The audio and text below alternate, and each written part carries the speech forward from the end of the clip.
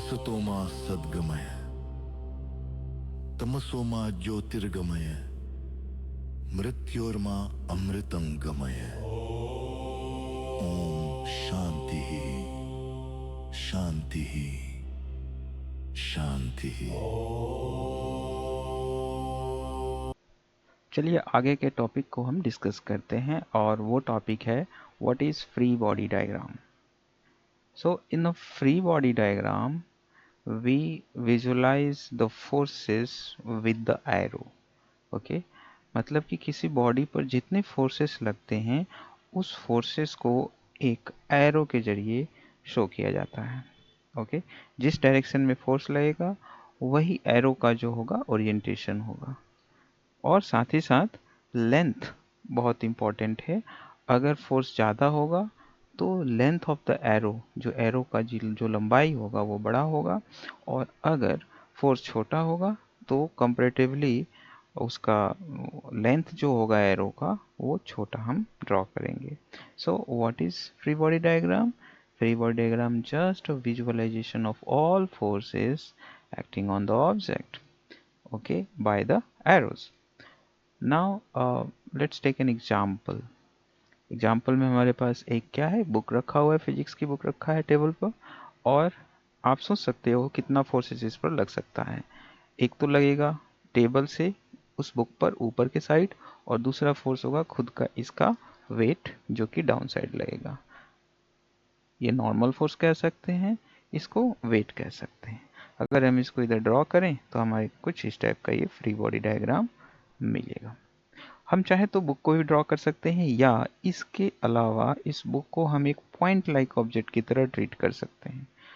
यानी कि अगर हम इसको पॉइंट लाइक ऑब्जेक्ट की तरह यहाँ ट्रीट करें, एक पॉइंट को ट्रीट करें, इस just object is just a point, और इसमें जब सभी एरो को ड्रॉ करें तो ये भी एक फ्री बॉडी डायग्राम कहा जाएगा। That is mg is the weight, n is the normal force। अब एक क्वेश्चन सॉल्व करते हैं। क्वेश्चन लेते हैं, या हमारे पास एक ये सिस्टम है, यहाँ पे जब एक से ज़्यादा बॉडी आ जाता है एनालिसिस करने के लिए तो हम उसको सिस्टम कहते हैं। तो यहाँ पर एक ये टोटल 3 बॉडी सिस्टम है। मतलब इसको, इस बॉय को हम एक एक बॉडी एज्यूम कर सकते हैं, इसको एक बॉडी एज्यूम कर सकते हैं, और इस बॉक्स को भी एक बॉडी एज्यूम किया जा सकता है। तो यहाँ पर 3 बॉडी सिस्टम है और इसमें हमें फ्री बॉडी डायग्राम सबका शो करना है। चलिए शुरू करते हैं। सबसे पहले हम क्या करेंगे कि इन 3 बॉडी को सेपरेट हम कंसीडर करेंगे, सेपरेट करके तब जितने फोर्सेस लग रहे हैं उस पर हम एनालिसिस करेंगे। तो चलिए देखते हैं, यहाँ पे हमने तीनों बॉडी को अलग कर दिया, और सबसे पहले बॉक्स का ही लेते हैं। तो थोड़ी देर के लिए वीडियो को पॉज कर दो और आप यहाँ पर सोचो कि कितने फोर्सेस बॉक्स पर लग सकते हैं।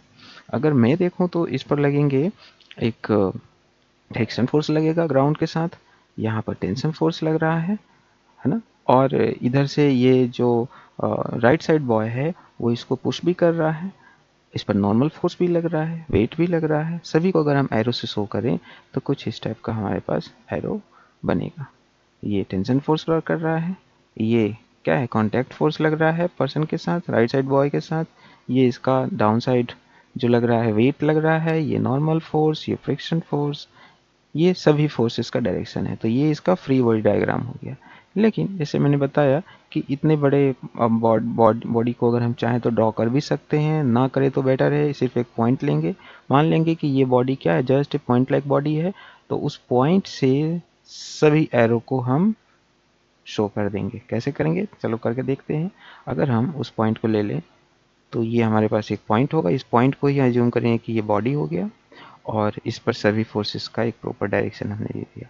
So this is the free body diagram. Okay, अब चलते हैं। अब इस वाले बॉय का फ्री बॉडी डायग्राम हम ड्रॉ करते हैं। तो फिर से सोचते हैं कितने फोर्सेस लग सकते हैं। ग्राउंड फोर्स एक्ट कर सकता है ना, ग्राउंड फोर्स एक्ट कर सकता है, साथ ही साथ इसका खुद का वेट है, यहाँ फ्रिक्शन फोर्स रॉक पर लग सकता है। तो अगर सभी एरो को हम नोट करें तो कुछ इस टाइप का होगा।